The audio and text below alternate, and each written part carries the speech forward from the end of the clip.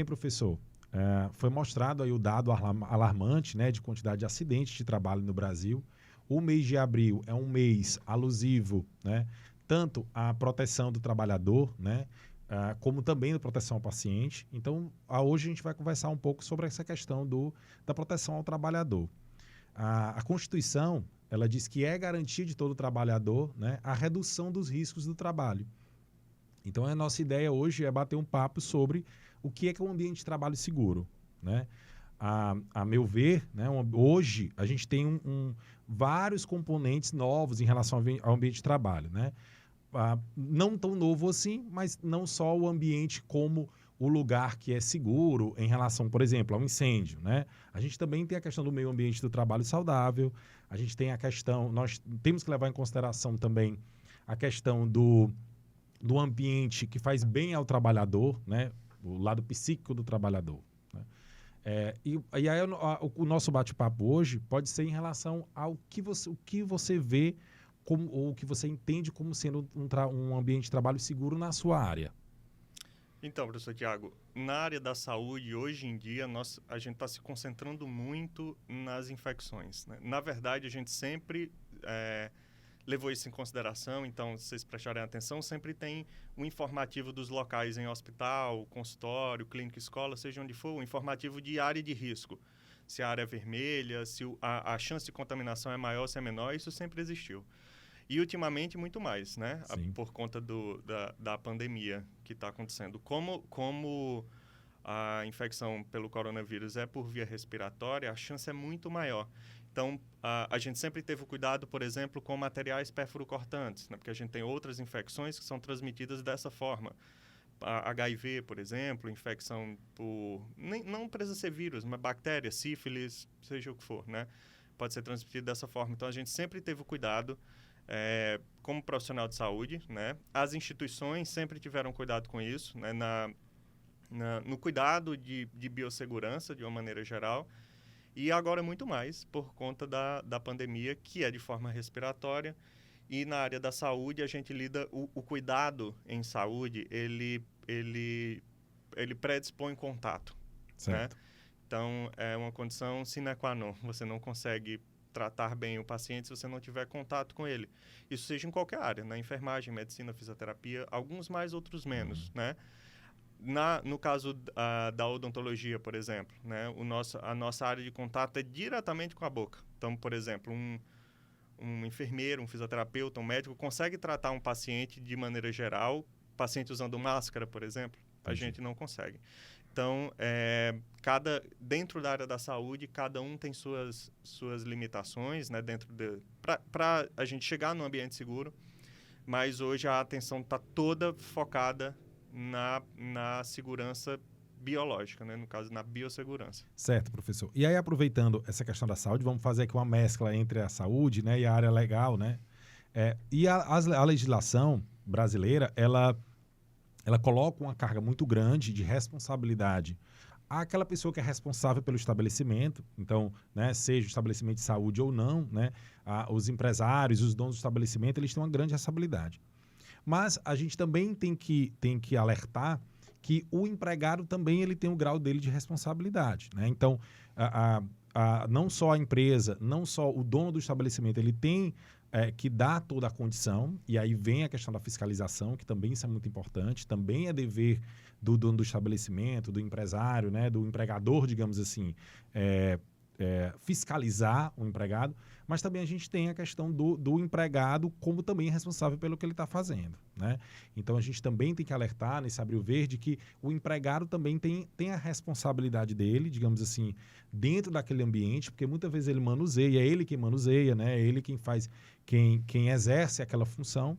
Como eu disse, sempre tem de haver a fiscalização, mas a gente também tem a responsabilidade de quem está trabalhando, né? E na saúde, como é que você vê que isso está sendo feito hoje em dia? Como é que é o teu panorama em relação a isso?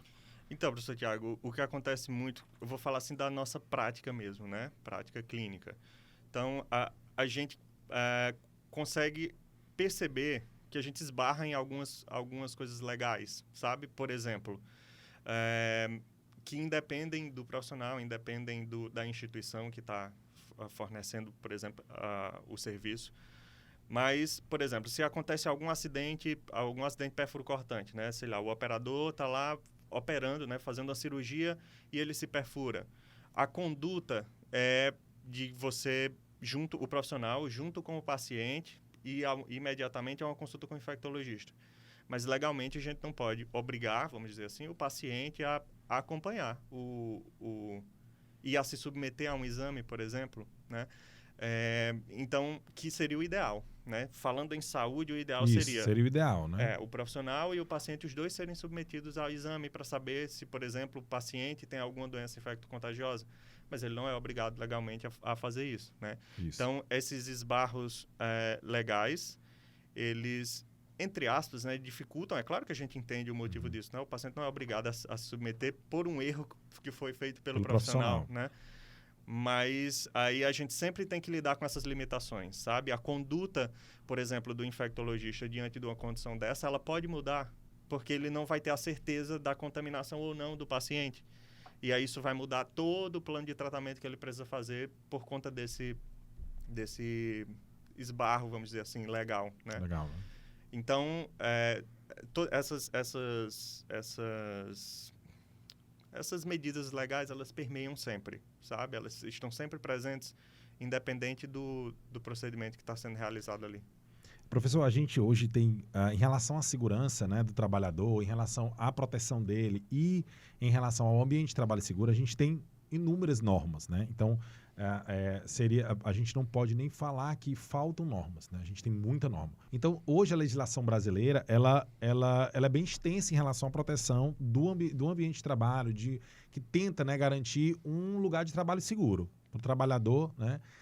Então, significa dizer que a gente tem, então, mais situações a considerar, não é isso? Sim. Professor, na verdade, o que a gente precisa focar é na conscientização do profissional, sabe? Porque as normas, elas existem, elas são conhecidas, só que a rotina do trabalho, assim como acontece uma normatização da rotina do seu trabalho como advogado, existe também no nosso ambiente de trabalho. Então, de fazer, por exemplo, procedimentos repetitivos, de você entrar no piloto automático e não dar muita atenção a certos... Então, por exemplo, você vai manusear um instrumental perfuro-cortante, você manuseia aquilo ali todos os dias, o dia inteiro. Então, é diferente de uma pessoa que nunca fez aquilo, que vai pegar o cuidado que ela tem. É um descuido. Um descuido por conta da rotina de trabalho.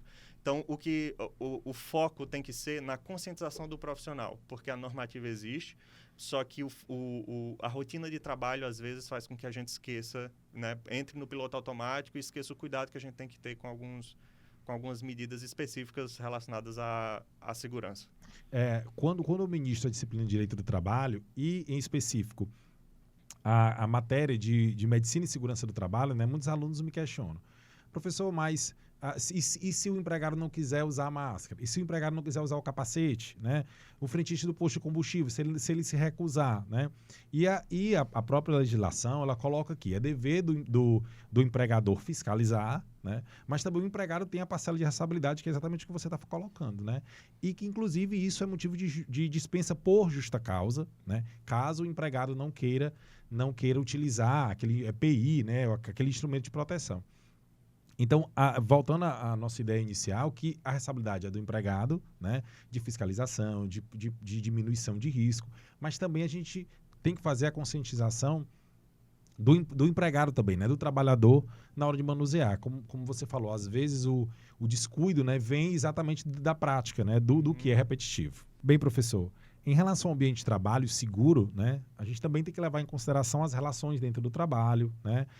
Um trabalho que ele é seguro, ele também é aquele trabalho que proporciona uma qualidade de vida para o trabalhador lá dentro, né? Não do dentro ou fora, ou seja, a relação de trabalho ela tem que ser saudável. Seja em relação à rotina dele, né? Seja em relação aos outros funcionários, aos outros trabalhadores. E eu vejo que hoje a gente está numa corrente aí de tentativa de diminuição, inclusive, de paradigmas, né, que existiam.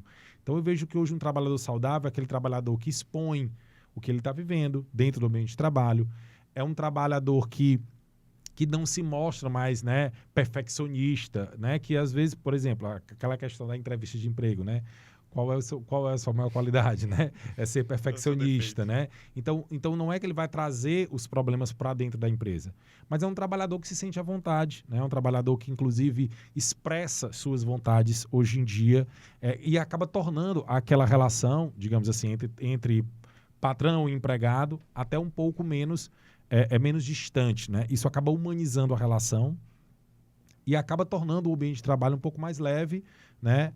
E de toda forma seguro para o trabalhador. Como é que você vê isso hoje em dia? Na verdade, essa humanização que você falou,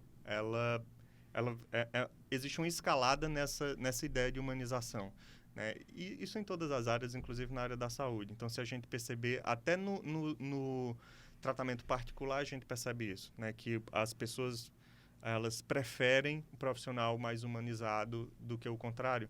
E isso, inclusive, está normatizado, né? Quando a gente vai estudar a normatização do Sistema Único de Saúde, a humanização ela sempre está reinando sobre todas as outras, sabe? Que é para que o paciente se sinta acolhido, né? Então, a própria forma como o SUS foi criado, né? De se trabalhar, por exemplo, unidades básicas de saúde da família, por exemplo. Né? A presença da família como fazendo parte e não só o indivíduo, sabe? Então, criar um ambiente humanizado, de fato, ele é primordial para que a gente consiga atingir o objetivo. Porque, no final de tudo, o que a gente precisa é atingir o objetivo, né? E a gente percebeu o nosso objetivo, por exemplo, na saúde, ou seja, em qualquer outra área, né? E a gente consegue atingir esse objetivo de uma forma muito mais fácil quando existe humanização, quando aquela pessoa ela se sente acolhida pelo serviço, né? Ela não se sente a parte do serviço, ela se sente parte dele, né? Então, isso também faz com que os próprios profissionais se sintam mais seguros e mais confortáveis dentro do ambiente de trabalho, né? Então, o nosso bate-papo foi para trazer a conscientização sobre o Abril Verde, né? Sobre o ambiente de trabalho seguro, sobre a necessidade que a gente tem de tanto o dono do estabelecimento, vamos chamar assim o empregador, né? Como o empregado, os dois eles têm responsabilidade nessa relação, porque só é possível se ter um ambiente realmente seguro quando a gente tem essa integração e a responsabilidade de cada um. Ótimo. Então, eu acho que o que fica é o convite, né? O convite para todos, empregados, empregadores, conhecerem quais são os seus direitos em relação à segurança no trabalho, né? Os dois conhecerem, saberem o que é que eles precisam fazer para manter um ambiente seguro. Então, antes da gente pensar na própria fiscalização, na imposição de novas normas, é de a gente se conscientizar, né? Porque quando a gente resolve isso no próprio ambiente de trabalho e não fora dele, por exemplo, judicializando a coisa, costuma funcionar muito melhor, né? Então, o convite é esse, para a gente conhecer as normas de segurança no trabalho, para que a gente consiga colocá-las em prática. Obrigado, professor. Foi ótimo o nosso bate-papo. Obrigado.